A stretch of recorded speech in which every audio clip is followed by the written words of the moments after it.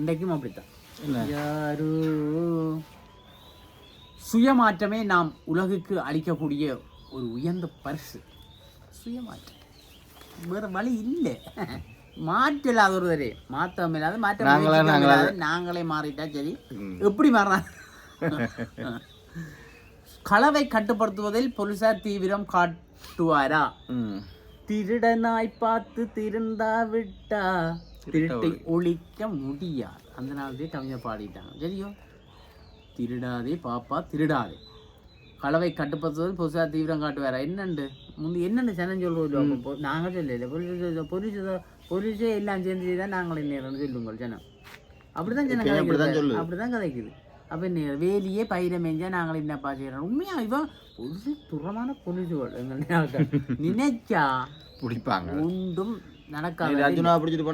அந்த கிருஷ்ணன் பிடிச்சு விடான். அதே மாதிரிதான் ஆட்சியில் மாற்றம் வேண்டும் என்ற சிந்தனை தானாக எழுந்தது அன்று. அது உண்மை.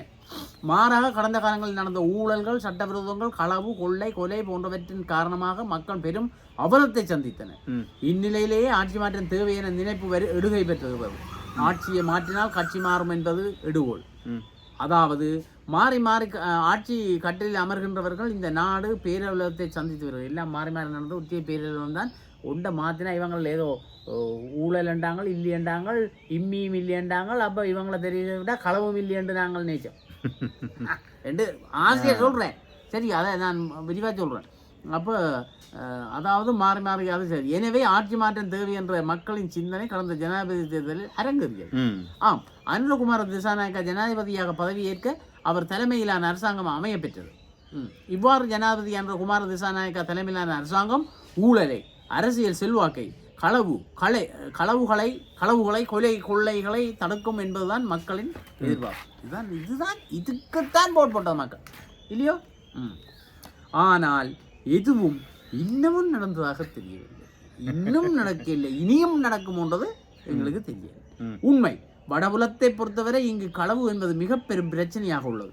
அதிலும் குறிப்பாக பழைப்பகுதியை உள்ளடக்கிய பச்சிலைப்பள்ளி பிரதேசத்தில் உள்ள தென்னந்தோட்டங்களில் இடம்பெறுகின்ற களவுகள் சொல்லி மாளா. தென்னந்தோட்டங்கள் ரொம்ப தேங்காய் கஷ்டப்பட்டவன் தான் போய் பிடுங்குறாங்கன்னு தெரியும். வியாபாரிகளாக தான் இருக்குமே. இது ஒரு கஷ்டப்பட்டவன் தேங்காய்க்கு சமைக்க ஒன்று இல்லையாண்டு போய் கேட்டு வாங்கினா பரவாயில்ல. ஏன்னு பழையில இப்போ வெளிநாடுகளில் உள்ள நம்மவர்கள் பச்சிலைப்பள்ளி பிரதேசத்தில் ஏக்கர் கணக்கில் காணிகளை வாங்கி அதில் தென்னஞ்செய்கையில் ஈடுபட்டனர். நல்ல விஷயம். தென்னைகள் வளர்ந்து அவை காய்க்கின்ற நேரத்தில் அங்கு களவு பிரச்சனை பெரும் பிரச்சனையாக, தீராத பிரச்சனையாக நீடித்த போது தங்கள் தென்னந்தோட்டங்களை விற்பனை செய்கின்ற பரிதாப நிலைக்கு அவர்கள் ஆளாகியுள்ளனர். நேற்று போட்டு விடாது எங்கே தெரியுமா? கொடிகாமத்து சந்தையிலேருந்து வாங்க போய் 50 ஏக்கர் காணியா, ஒரு பரப்பு 8 லட்சம் ஏதோ தென்னங்காணி. நல்ல உழைப்பு வாங்கி கிடந்த வாங்கு வச்சுக்கிறேன். என்ன காசு வச்சு சும்மா ஒன்று வச்சு சக்க பிடிக்க பண்ணாங்க. இது தவிர இப்போது பச்சிலைப்பள்ளி பிரதேசத்தில் பெருந்தொகை பணத்தை முதலீடு செய்து தென்னந்தோட்ட செய்கையில் ஈடுபடுபவர்கள் தலையில் கை வைக்கின்ற நிலைமைக்கு வந்துள்ளனர். எனினும் இது குறித்து போலீசார் தமது நடவடிக்கையை தீவிரப்படுத்துவதாக தெரியவில்லை. குறித்த களவு தொடர்பில் பலரும் போலீசில் முறைப்பாடு செய்த போதிலும் அது பற்றி போலீசார் ஏனோ தானோ என்ற மனநிலையில் உள்ள போட்டு இருப்பாங்க. இது குறித்து தென்னந்தோட்ட உரிமையாளர் ஒருவர் பழையில் உள்ள பிராந்திய தென்ன பயிற்சியை சபை அதிகாரிகளோட முறையிட்ட போது அந்த அதிகாரி அரச தென்னந்தோட்டங்களிலும் களவு மோசமாக உள்ளது எனக்கு. ஐயோ, உங்களுக்கு மட்டுமில்லை, எங்கள்டேலையும் பிடுங்குவாங்க. நாங்களே நீங்கள் இப்படி எங்கள்கிட்ட வந்து சொன்னால் நாங்களே என்ன எங்களையும் பிடுங்குறாங்க, நாங்கள் யார்கிட்ட சொல்கிறோம் அவர் சொல்லிவிட்டார். ஆக நிலைமை இதுவாக இருக்கும்போது அனுர தலைமையிலான அரசாங்கத்தால் நாட்டை நிமித்த முடியுமா? என்ற கேள்வி எழுவை செய்யும். இதுக்கு பதில் வழங்குகிறார்கள், பதில் வழங்குவோம், என்ன பதில் வழங்கப்படும். எனவே வடபகுதியில் அதிலும் குறிப்பாக பச்சிலைப்பள்ளி பிரதேசத்தில் உள்ள தென்னந்தோட்டங்களில் மிக மோசமாக இடம்பெறுகின்ற களவு குறித்து போலீசாரும் சம்பந்தப்பட்ட அதிகாரிகளும் நடவடிக்கை எடுக்க வேண்டும். இல்லையே எல்லாம் அம்போ ஒன்றாகிவிடும். எல்லாம் அம்போ உண்டாகிவிடும். தேங்காய் எல்லாம் போய் தெரிஞ்சிடும். அங்காரையும் போகும், இங்கேயும் இல்லை தேங்காய்.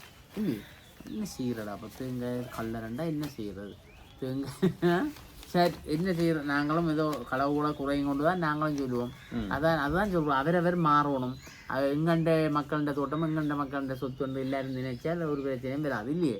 அதை விட்டு எடுத்து எல்லாம் நாங்கள் களவுகள்ன்றது எனக்கு ஒன்று சொல்லலாங்களுக்கு. அதான் திருடனா பார்த்து திருந்தாவிட்டா திருட்டை ஒழிக்க முடியாது. திருடாது என்று சொல்லிக்கொண்டு நாங்கள் விடைபெற்றுக் கொள்வோம். நன்றி, வணக்கம். வணக்கங்கள். நம் எண்ணங்களுக்கு ஏற்ற வகையில் நவீன டிசைன்களின் நகைகள், பாரம்பரியத்தை தொட்டுணர்த்தி கைராசியோடு நம்பிக்கை இணையும் தருணம்.